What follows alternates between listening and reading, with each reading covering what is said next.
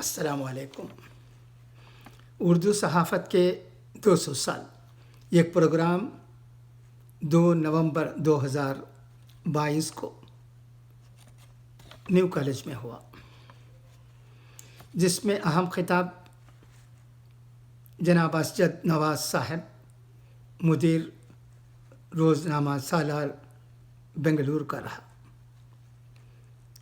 جنہوں نے دوستوں کے ذریعے معلوم ہوا کہ اردو صحافت کے بہت سے اہم پہلوؤں پر روشنی ڈالی۔ صحافی اکبر زاہد کا بھی شکریہ، وہ ضروری باتوں کو ہمیشہ منظر عام پر لاتے ہیں۔ ان کے ذریعے اس پروگرام کے بارے میں بھی مجھے علم ہوا۔ ہم وانمبڑی کے عزیز اکبر زاہد کا بھی شکریہ ادا کرتے ہیں۔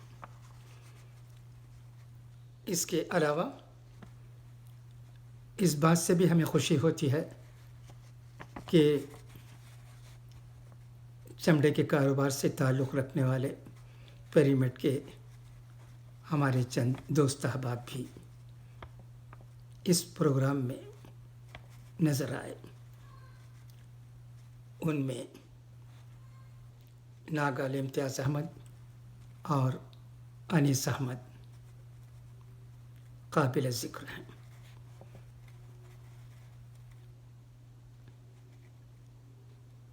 ان سے بھی